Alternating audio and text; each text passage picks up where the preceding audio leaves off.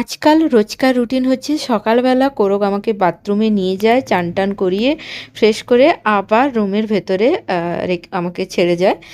কারণ ও সকালবেলাটাই ফ্রি থাকে, তারপরে বেরিয়ে যায়, তারপরে আর ওকে পাওয়া যায় না, তখন বোন করে। তো তাই আমি চেষ্টা করি সকালবেলা একদম স্নান টান করে নেওয়া, যাতে আমাকে সারাদিন আর রুমের বাইরে বেরোতে না হয়। এমনিতেও ডক্টর বলেছেন যে আমাকে 4 থেকে 6 সপ্তাহ বেড রেস্টে থাকতে হবে। আর হাঁটা চলাটা ওই দিনে দুবার করলেই হবে, আর আমি টয়লেট যাই ওই দিনে দুবার, তাতে আমার একটু হাঁটা চলা হয়ে যায়। আর আমি তারপর চান টান করে ফ্রেশ হয়ে গেছি, আর এটা এখন আমার পায়ের অবস্থা। 15 দিন পর আমি আবার যখন চেক আপে যাবো তখন স্টিচটা কাটবে। মোটামুটি 16টা স্টিচ হয়েছে, বুঝতেই পারছো কতটা কাটা হয়েছে তাতে। আর তারপর ফ্রেশ ট্রেশ হয়ে একটু ব্যায়াম করছিলাম। আমার এখন চিন্তা আমি যদি আবার হেলদি হয়ে যাই। যাই হোক, এখন কিন্তু আমি খাওয়া দাওয়া খুব করছি, কারণ আমাকে ডক্টর বলেই দিয়েছেন যে খাওয়া দাওয়া ঠিক করে করতে হবে। যেগুলো ক্যালসিয়াম আছে সেইযুক্ত খাবার, ভিটামিন, প্রোটিন এগুলো আছে সেগুলো খেতেই হবে। আর তাছাড়া সঙ্গে তো ওষুধ আছেই।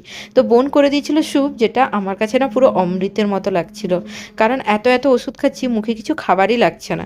আর এখানে দেখতে পাচ্ছ, তারপর ওই মিড মর্নিংয়ে অনেকটা ফল খেলাম। তারপর দুপুরবেলা এরকম হালকা পাতলা শিঙ্গি মাছের ঝোল, কাঁচকলা ডাঁটা টাটা দিয়ে, তারপর শাকের তরকারি, যেটা খুব ভালো করেছিল কাকিমা।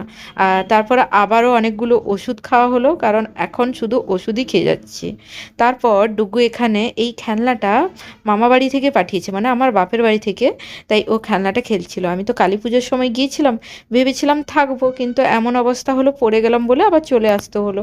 তাই ওখানে মেলা হয়, তাই ওখান থেকে খেলনা ভাই কিনে দিয়েছে। তারপর সন্ধ্যাবেলা একটু দুধ খেলাম। জানো, আগে তো একদমই দুধ খেতে ভালো লাগতো না, বাট এখন আমি 1 গ্লাস করে দুধ খাই, কারণ নিজেকে তাড়াতাড়ি আমাকে সুস্থ হতে হবে। আর এখানে কুহু পড়ছিল, বোন তো অনেক হেল্প করছে আমাকে। আর কুহু কি বলছে শুনে নাও, আর আমার চ্যানেলটা সাবস্ক্রাইব করে দাও।